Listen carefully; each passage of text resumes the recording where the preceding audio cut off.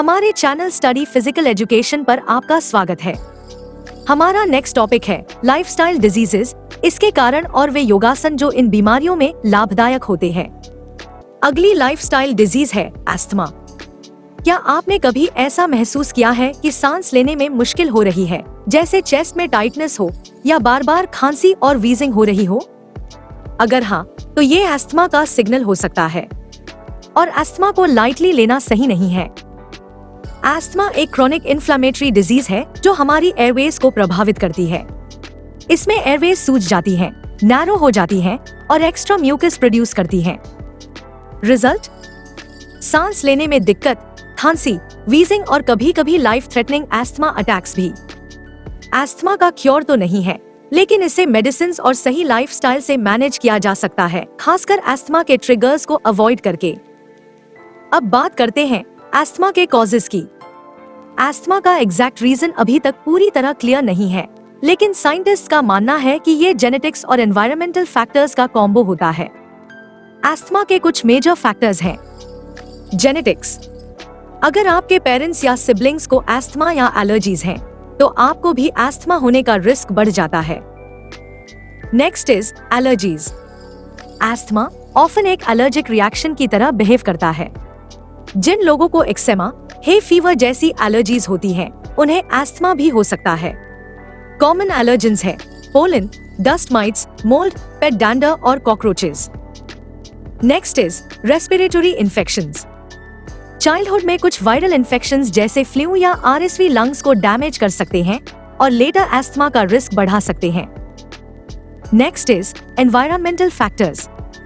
Pollution जैसे smog, tobacco smoke, even second hand smoke और workplace में केमिकल्स या डस्ट का एक्सपोजर भी अस्थमा ट्रिगर कर सकता है। Last is obesity. ओवरवेट और ओबीस अडल्ट्स और चिल्ड्रन में अस्थमा का रिस्क ज्यादा होता है। अस्थमा सिर्फ एक छोटी सी ब्रीदिंग प्रॉब्लम नहीं है, इसके कई सीरियस ड्रॉबैक्स और रिस्क होते हैं, जैसे अस्थमा अटैक्स। सबसे बड़ा खतरा होता है सीवियर अस्थमा अटैक का। इसमें एयरवेज इतने टाइट हो जाते हैं कि सांस लेना ऑलमोस्ट इम्पॉसिबल हो जाता है। ये लाइफ थ्रेटनिंग हो सकता है और इमरजेंसी ट्रीटमेंट की जरूरत पड़ती है। Next is reduced quality of life. लगातार कफिंग, वीजिंग और शॉर्टनेस ऑफ ब्रेथ आपकी नींद, एक्सरसाइज, काम और डेली रूटीन सब पर असर डालती है। इससे लाइफ की क्वालिटी काफी कम हो जाती है। Next is chronic complications. अगर अस्थमा कंट्रोल में न हो तो एयरवेज में परमानेंट डैमेज हो सकता है, जैसे एयरवे वॉल्स मोटी हो जाना और लंग फंक्शन कम हो जाना।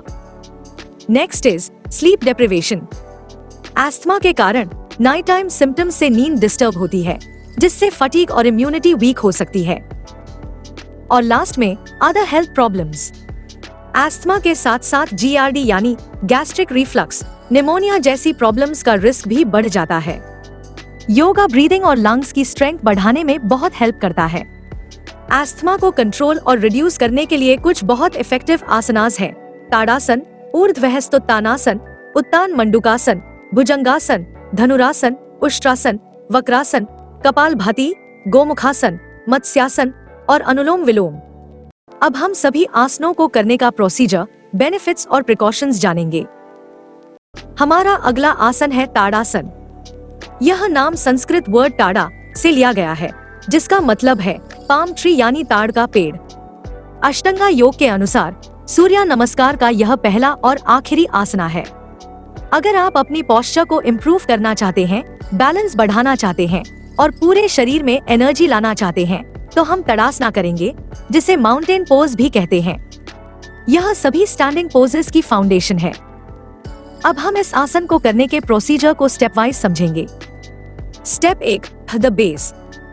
सबसे पहले अपने योगा मैट पर सीधे खड़े हो जाएं। अपने पैरों को एक साथ रखें और अपने हाथों को अपने साइड्स में रखें। Step 2, engage the body. अपनी बॉडी को एंगेज करें। अपनी थाइस को एंगेज करें, अपने हिप्स को रोल करें और अपनी स्पाइन को सीधा रखें। अपने शोल्डर्स को रिलैक्स रखें और अपने चेस्ट को ओपन करें। Step 3, lift the arms. अब धीरे धीरे सांस लेते हुए अपने दोनों हाथों को ऊपर की ओर उठाएं। अपनी फिंगर्स को इंटरलेस करें और अपनी पाल्म्स को ऊपर की ओर स्ट्रेच करें। अपने एंकल्स और टोज पर बैलेंस बनाएं। Step 4, the final stretch. अगर आप कंफर्टेबल हैं, तो धीरे धीरे अपने हील्स को मैट से ऊपर उठाएं और अपने टोज पर बैलेंस करें। अपनी बॉडी को पूरी तरह से स्ट्रेच करें, जैसे कि आप आसमान को छूना चाहते हो। Step 5, hold the pose. इस पोज में कुछ देर रुके और गहरी सांस लेते रहें। यह पोज आपके माइंड और बॉडी में कामनेस और स्टेबिलिटी लाता है। Step 6, release. धीरे धीरे सांस छोड़ते हुए अपने हील्स और हाथों को वापस नीचे लाएं और स्टार्टिंग पोजीशन में आ जाएं। इस आसन को करने के हेल्थ बेनिफिट्स इस तरह है। Improves posture. यह आपकी पोस्चर को करेक्ट करता है और स्पाइन को स्ट्रेंथन करता है। Increases height. बच्चों और टीनेजर्स में इसे रेगुलरली प्रैक्टिस करने से हाइट बढ़ाने में मदद मिलती है। Relieve stress. यह आपके माइंड को काम करता है और स्ट्रेस और एंजाइटी को रिड्यूस करता है। Strengthens body. यह आपके एंकल्स, थाइज और एब्डोमिनल मसल्स को स्ट्रेंथन करता है। इस आसन को फॉलोइंग कंडीशंस में नहीं करना है। अगर आपको हेडेक या इंसोम्निया की समस्या है, लो ब्लड प्रेशर वाले लोगों को इसे अवॉइड करना चाहिए। हाई ब्लड प्रेशर वाले लोगों को इसे बिना हील्स उठाए करना चाहिए। हमारा अगला आसन है ऊर्ध्व हस्तोत्तानासन, जिसे अपवर्ड हैंड स्ट्रेच पोज भी कहते हैं। ऊर्ध्व हस्तोत्तानासन को पूरी तरह से और एफिशिएंटली प्रैक्टिस करने के लिए आपको ब्रीदिंग प्रोसेस के बारे में पता होना चाहिए। अब हम इस आसन को करने के प्रोसीजर को स्टेप वाइज समझेंगे। Step 1, preparation. सबसे पहले अपने योगा मैट पर सीधे खड़े हो जाएं। अपने पैरों को एक साथ रखें और अपने हाथों को अपने साइड्स में रखें। Step 2, lift the arms. धीरे धीरे सांस लेते हुए अपने दोनों हाथों को ऊपर की ओर उठाएं। अपनी फिंगर्स को इंटरलेस करें और अपनी पाल्म्स को ऊपर की ओर स्ट्रेच करें। Step 3, the side bend. अब धीरे धीरे सांस छोड़ते हुए अपनी अपर बॉडी को राइट साइड में बेंड करें। अपनी आर्म्स को सीधा रखें और अपने नीज को बेंड न करें। अपनी नजरों को ऊपर की ओर रखें। Step 4, hold the pose. इस पोज में कुछ देर रुके और गहरी सांस लेते रहें। यह आपके साइड्स और वेस्ट को स्ट्रेच करता है। Step 5, release. धीरे धीरे सांस लेते हुए अपनी बॉडी को वापस सेंटर में लाएं। अब इसी प्रक्रिया को दूसरी साइड से रिपीट करें। इस आसन को करने के हेल्थ बेनिफिट्स इस तरह है। Stretches the body. यह आपकी स्पाइन, शोल्डर्स, वेस्ट और साइड्स को स्ट्रेच करता है। Tones the abdomen. यह आपके एब्डोमिनल मसल्स को टोन करता है और डाइजेशन को बेहतर बनाता है। Relieves back pain. यह आपकी बैक में स्टिफनेस को कम करता है और बैक पेन को रिलीव करता है। Improves blood circulation. यह आपके अपर बॉडी में ब्लड सर्कुलेशन को इम्प्रूव करता है। इस आसन को फॉलोइंग कंडीशंस में नहीं करना है। अगर आपको सीरियस स्पाइन या बैक इंजरी है, हाई ब्लड प्रेशर या डिजीनेस वाले लोगों को इसे अवॉइड करना चाहिए। प्रेगनेंसी के दौरान इसे सावधानी से करें। हमारा अगला आसन है उत्तान मंडूकासन, जिसे रेस्ड फ्रॉग पोज भी कहते हैं। यह पोज आपके रेस्पिरेटरी सिस्टम के लिए बहुत फायदेमंद है। अब हम इस आसन को करने के प्रोसीजर को स्टेप वाइज समझेंगे। Step 1, preparation.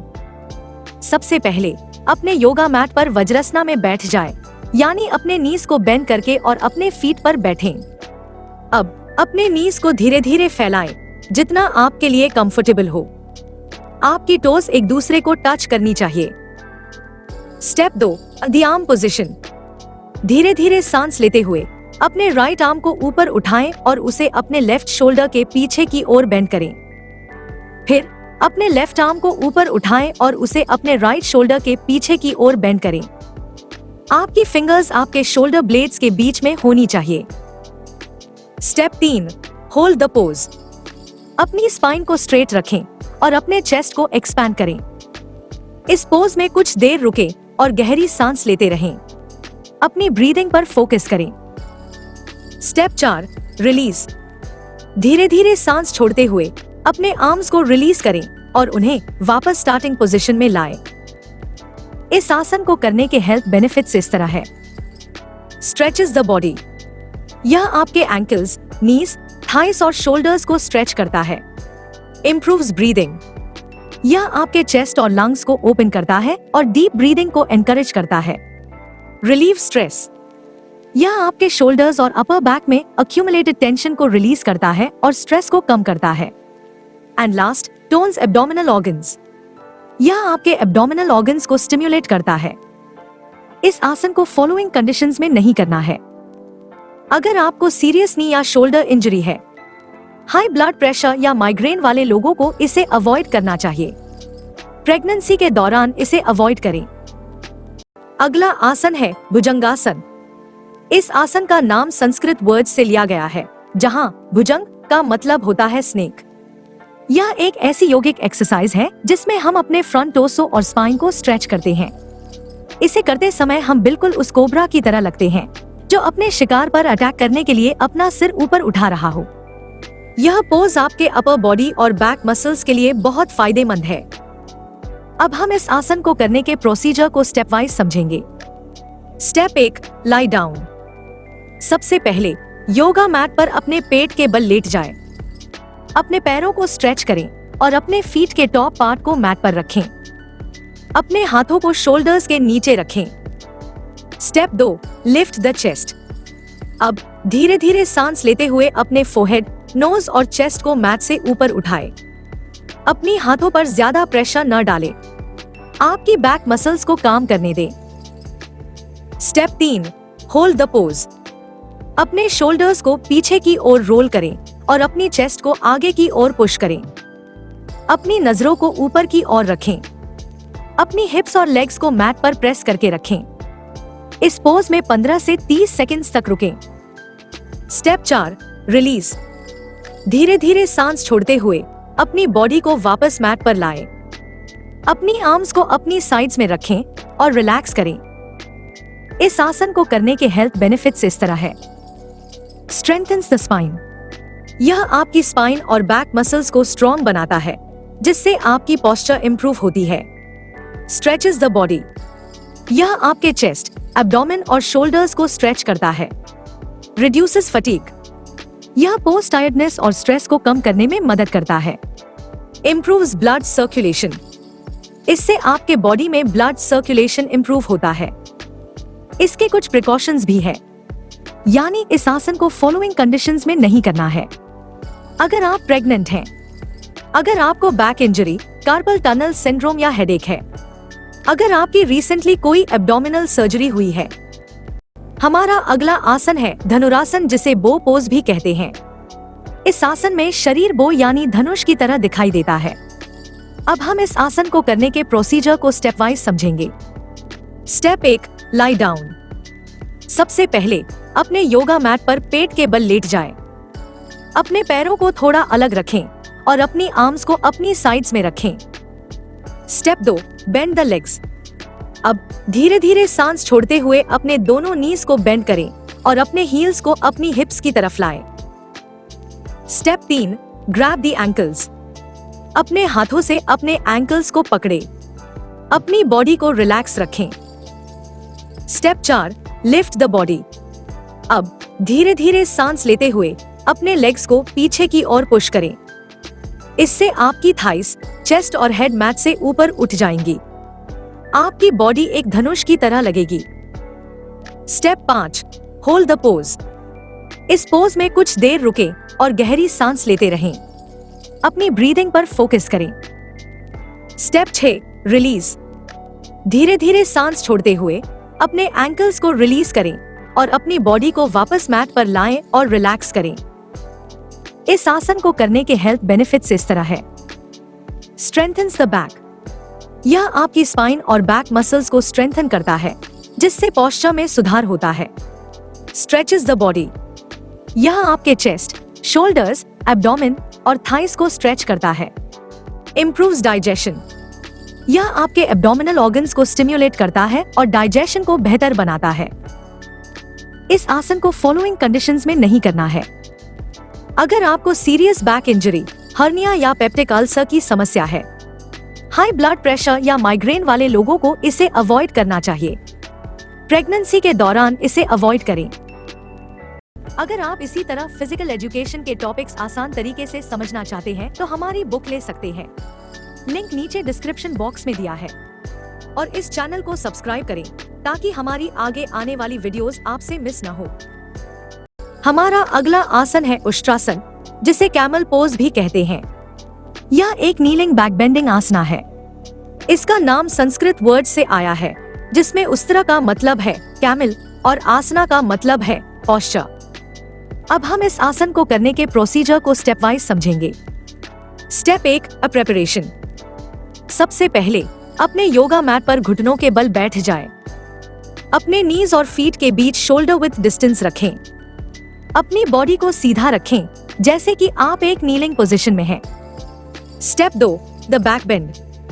अब धीरे धीरे सांस छोड़ते हुए अपने हिप्स को आगे की ओर पुश करें। अपनी चेस्ट को ऊपर की ओर लिफ्ट करें और अपनी स्पाइन को आंच करें। Step 3, hold the ankles. अपने हाथों को अपने हील्स या एंकल्स पर रखें। ध्यान दें कि आपकी थाइस और हिप स्ट्रेट रहें। अपनी गर्दन को पीछे की ओर झुकाएं और अपने हेड को रिलैक्स होने दें। Step 4, hold the pose. इस पोज में कुछ देर रुकें और गहरी सांस लेते रहें। अपनी ब्रीदिंग पर फोकस करें। Step 5, release. धीरे धीरे सांस लेते हुए अपने हाथों को रिलीज करें और अपनी बॉडी को वापस नीलिंग पोजीशन में लाएं। आराम से बैठ जाएं और रिलैक्स करें। इस आसन को करने के हेल्थ बेनिफिट्स इस तरह है। Strengthens the back. यह आपकी स्पाइन और बैक मसल्स को स्ट्रेंथन करता है, जिससे पोस्चर में सुधार होता है। Stretches the body.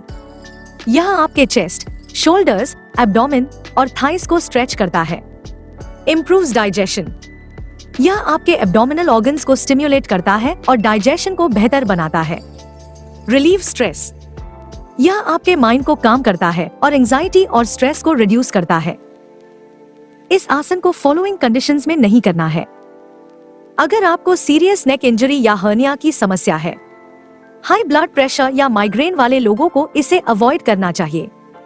प्रेगनेंसी के दौरान इसे अवॉइड करें। हमारा अगला आसन है वक्रासन, जिसे ट्विस्टेड पोज भी कहते हैं। यह नाम संस्कृत वर्ड वक्रा से लिया गया है, जिसका मतलब है ट्विस्टिंग यानी मोड़ना। यह आसन अर्ध मत्स्येंद्रासन का एक सिंप्लीफाइड फॉर्म है। अब हम इस आसन को करने के प्रोसीजर को स्टेप वाइज समझेंगे। Step 1, preparation. सबसे पहले अपने योगा मैट पर बैठ जाएं। अपने दोनों पैरों को आगे की ओर फैलाएं और अपनी स्पाइन को सीधा रखें। यह आपकी स्टार्टिंग पोजीशन है, जिसे दंडासन कहते हैं। Step 2, bend the leg. अब अपने राइट नी को बेंड करें और अपने राइट फुट को अपने लेफ्ट नी के पास जमीन पर रखें। ध्यान दें कि आपकी राइट नी ऊपर की ओर पॉइंट कर रही हो। Step 3, the twist. अपने राइट हैंड को अपनी बैक के पीछे जमीन पर रखें।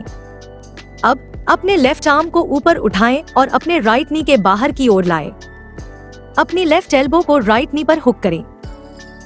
Step 4, hold the pose. धीरे धीरे अपने टोर्सो को राइट साइड में ट्विस्ट करें।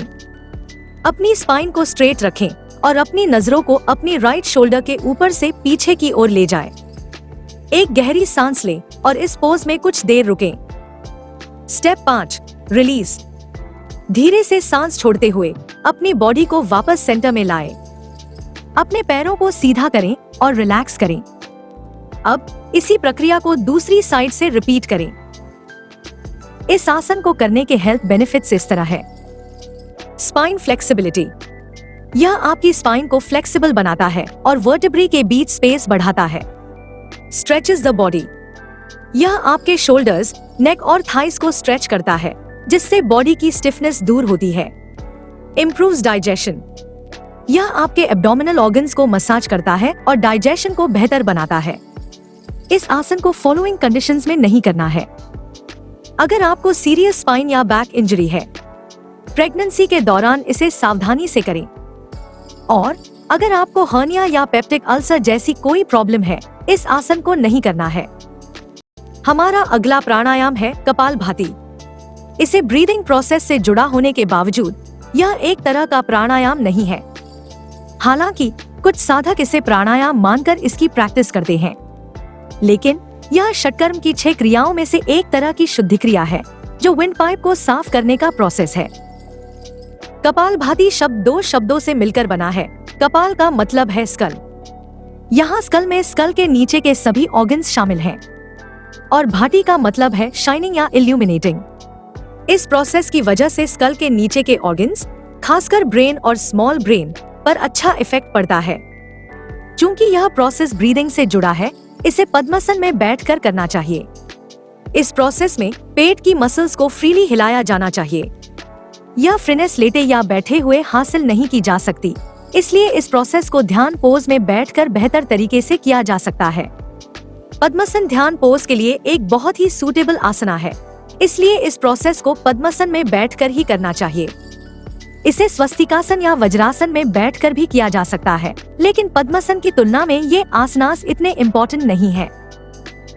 अब हम इस प्राणायाम को करने के प्रोसीजर को स्टेप वाइज समझेंगे। Step 1, other pose. सबसे पहले किसी भी आरामदायक मेडिटेटिव पोज में बैठ जाए, जैसे पद्मासन या सुखासना। अपनी स्पाइन को सीधा रखें और अपने हाथों को अपने नीज पर रखें, पाल्म्स ऊपर की ओर रखें। Step 2, the breath. अब धीरे धीरे डीपली इनहेल करें और अपने स्टमक को एक्सपैंड करें। Step 3, the exhale. अब पावरफुल और शॉर्ट बर्स्ट्स में अपनी नोज से एक्सहेल करें। हर एक्सहेल के साथ अपने स्टमक को अंदर की ओर खींचें। आपकी इनहेल ऑटोमेटिकली होगी। Step 4, the rhythm. इस प्रक्रिया को रिदमिकली रिपीट करें। हर सेकंड में एक एक्सहेल करें। शुरुआत में इसे धीरे धीरे करें और फिर धीरे धीरे स्पीड बढ़ाएं।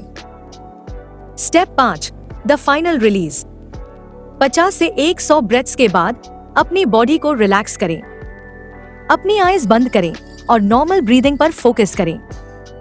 इस प्राणायाम को करने के हेल्थ बेनिफिट्स इस तरह है। क्लींसेस द बॉडी। यह आपके शरीर से टॉक्सिन्स को बाहर निकालता है और रेस्पिरेटरी सिस्टम को क्लीन करता है। Energise the body. यह आपके शरीर में एनर्जी लाता है और टायर्डनेस को दूर करता है। Improves digestion. यह आपके डाइजेस्टिव सिस्टम को स्टिम्युलेट करता है और मेटाबॉलिज्म को स्पीड अप करता है। Calms the mind. यह आपके माइंड को क्वाइट करता है और कंसंट्रेशन को इम्प्रूव करता है। इस प्राणायाम को फॉलोइंग कंडीशंस में नहीं करना है। अगर आपको high blood pressure, heart problems या हर्निया की समस्या है, प्रेगनेंसी के दौरान इसे अवॉइड करें। एस्थमा के केसेस में भी इसे अवॉइड करें, क्योंकि यह ब्रीदिंग को डिस्टर्ब कर सकता है।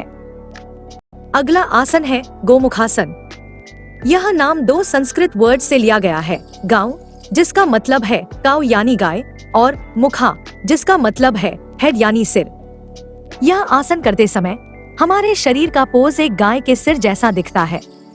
यह आसन आपके एंकल्स, थाइस, हिप्स, चेस्ट, नेक, आर्म्स और हाथों को स्ट्रेच करता है। अब हम इस आसन को करने के प्रोसीजर को स्टेप वाइज समझेंगे। Step 1, a preparation. सबसे पहले अपने योगा मैट पर बैठ जाएं। अपने पैरों को सीधा आगे की ओर फैलाएं, जैसे कि आप दंडासन में करते हैं। Step 2, bend the legs. अब अपने राइट लेग को बेंड करें और अपने राइट फुट को अपने लेफ्ट हिप के पास रखें। फिर अपने लेफ्ट लेग को बेंड करें और अपने लेफ्ट नी को अपने राइट नी के नीचे रखें। Step 3, the arm position. अब अपने राइट आर्म को ऊपर उठाएं और पीछे की ओर बेंड करें। उसी समय अपने लेफ्ट आर्म को नीचे से पीछे की ओर बेंड करें। अपनी फिंगर्स को पीछे की तरफ पकड़ने की कोशिश करें। अगर आप कंफर्टेबल नहीं हैं, तो आप एक स्ट्रैप या टॉवेल का यूज कर सकते हैं। Step 4, hold the pose. अपनी स्पाइन को सीधा रखें और अपने चेस्ट को एक्सपैंड करें। इस पोज में कुछ देर रुकें और गहरी सांस लेते रहें। हर सांस के साथ अपनी बॉडी को रिलैक्स करें और स्ट्रेच को डीप करें। Step 5, release. धीरे धीरे सांस छोड़ते हुए अपने हाथों को रिलीज करें और अपने पैरों को वापस सीधा करें। अब इसी प्रक्रिया को दूसरी साइड से रिपीट करें। इस आसन को करने के हेल्थ बेनिफिट्स इस तरह है। Increases flexibility. यह आपके हिप्स, एंकल्स, शोल्डर्स, चेस्ट और अपर बैक की फ्लेक्सिबिलिटी को इम्प्रूव करता है। Relieve stress. यह आपके शोल्डर्स और अपर बैक में अक्यूमुलेटेड स्ट्रेस और टेंशन को रिलीज करता है। Improves posture. यह हंचबैक को ठीक करने में मदद करता है और आपकी पोस्चर को करेक्ट करता है। इस आसन को फॉलोइंग कंडीशंस में नहीं करना है। अगर आपको शोल्डर, नी या हिप में सीरियस इंजरी है, अगर आपको सायाटिका की समस्या है, प्रेगनेंसी के दौरान इसे अवॉइड करें। हमारा अगला आसन है मत्स्यासन। यह नाम संस्कृत वर्ड मत्स्य से लिया गया है, जिसका मतलब है फिश यानी मछली। अब हम इस आसन को करने के प्रोसीजर को स्टेप वाइज समझेंगे। Step 1, lie down. सबसे पहले अपने योगा मैट पर पद्मासना में बैठ जाए। अब धीरे धीरे पीठ के बल लेट जाए। Step 2, lift the chest. अब धीरे धीरे सांस लेते हुए अपने एल्बोज को जमीन पर प्रेस करें और अपने चेस्ट को ऊपर की ओर उठाएं। Step 3, arch the back. अपनी स्पाइन को आर्च करते हुए धीरे धीरे अपने हेड को पीछे की ओर झुकाएं ताकि आपकी हेड का टॉप पार्ट मैट को टच करे। अब अपने दोनों हाथों से दोनों टोस को पकड़ लें। Step 4, hold the pose. इस पोज में कुछ देर रुके और गहरी सांस लेते रहें। यह पोज आपके थ्रोट और चेस्ट को स्ट्रेच करता है। Step 5, release. धीरे धीरे सांस छोड़ते हुए अपने हेड और चेस्ट को वापस मैट पर लाएं और रिलैक्स करें। इस आसन को करने के हेल्थ बेनिफिट्स इस तरह है। Improves breathing. यह आपके चेस्ट को एक्सपैंड करता है और ब्रीदिंग को डीप बनाता है, जिससे एस्थमा और रेस्पिरेटरी प्रॉब्लम्स में मदद मिलती है। Tones the neck. यह आपके नेक और थ्रोट मसल्स को टोन करता है। Relieve stress. यह आपके माइंड को काम करता है और एंजाइटी को रिड्यूस करता है। Improves posture. यह बैक और शोल्डर मसल्स को स्ट्रेंथन करके पोस्चर को करेक्ट करता है। इस आसन को फॉलोइंग कंडीशंस में नहीं करना है। अगर आपको सीरियस नेक इंजरी या माइग्रेन की समस्या है, हाई ब्लड प्रेशर वाले लोगों को इसे अवॉइड करना चाहिए। इंसोम्निया के केसेस में भी इसे अवॉइड करें। हमारा अगला प्राणायाम है अनुलोम विलोम। इस प्राणायाम में आप एक नॉस्ट्रल से इनहेल करते हैं और दूसरे से बिना सांस रोके एक्सहेल करते हैं। यह एक कंटिन्यूअस साइकिल है जिसमें इनहेल और एक्सहेल पर फोकस होता है। यह बिगिनर्स के लिए आइडियल है क्योंकि यह बॉडी और माइंड को धीरे धीरे काम करता है। अब हम इस प्राणायाम को करने के प्रोसीजर को स्टेप वाइज समझेंगे। Step 1, other pose. सबसे पहले किसी भी आरामदायक मेडिटेटिव पोज में बैठ जाएं, जैसे पद्मासन या सुखासना। अपनी स्पाइन को सीधा रखें और अपने लेफ्ट हैंड्स को अपने नी पर रखें। Step 2, the hand position. अपने राइट हैंड को ऊपर उठाएं। अपने इंडेक्स फिंगर और मिडिल फिंगर को बेंड करके अपनी पाम के अंदर रखें। इसे विष्णु मुद्रा कहते हैं। अब अपने थंब से राइट नॉस्ट्रिल को क्लोज करें। Step 3, the breath. अब अपने लेफ्ट नॉस्ट्रिल से धीरे धीरे डीपली इनहेल करें। Step 4, the exhale. इनहेल के बाद अपने लेफ्ट नॉस्ट्रिल को रिंग फिंगर से क्लोज करें और अपने थंब को रिलीज करें। अब अपने राइट नॉस्ट्रिल से धीरे धीरे एक्सहेल करें। Step 5, the repeat. अब इसी प्रक्रिया को दूसरी साइड से रिपीट करें। अपने राइट नॉस्ट्रिल से इनहेल करें और फिर अपने लेफ्ट नॉस्ट्रिल से एक्सहेल करें। Step 6, the rhythm. इस पूरी प्रक्रिया को 5 से 10 टाइम्स रिपीट करें। आपकी इनहेल और एक्सहेल की लेंथ इक्वल होनी चाहिए। यह प्राणायाम सिर्फ बॉडी को काम नहीं करता, बल्कि इसके और भी बेनिफिट्स हैं। Calms the mind. यह आपके नर्वस सिस्टम को काम करता है और स्ट्रेस और एंजाइटी को रिड्यूस करता है। Balances the body. यह आपके शरीर में एनर्जी चैनल्स यानी नाड़ी को क्लेंस करता है और बॉडी में बैलेंस लाता है। Improves focus. यह आपके माइंड को शांत करता है और कंसंट्रेशन को इम्प्रूव करता है। Relieves respiratory problems. यह आपके लंग्स और रेस्पिरेटरी सिस्टम को स्ट्रेंथन करता है। इस प्राणायाम को फॉलोइंग कंडीशंस में नहीं करना है। अगर आपको हाई ब्लड प्रेशर है, कोल्ड या फीवर होने पर इसे अवॉइड करें। प्रेगनेंसी के दौरान इसे सावधानी से करें। अगर आपको यह वीडियो पसंद आया हो तो लाइक करें और इस वीडियो को शेयर करें ताकि और लोगों की हेल्प हो सके। अगर आप किसी पर्टिकुलर टॉपिक पर वीडियो चाहते हैं तो कमेंट बॉक्स में लिखें। हम पूरी कोशिश करेंगे उस टॉपिक पर जल्द से जल्द वीडियो बनाने की। मिलते हैं अगले वीडियो में एक नए टॉपिक के साथ। Till then, keep learning, keep implementing and keep improving.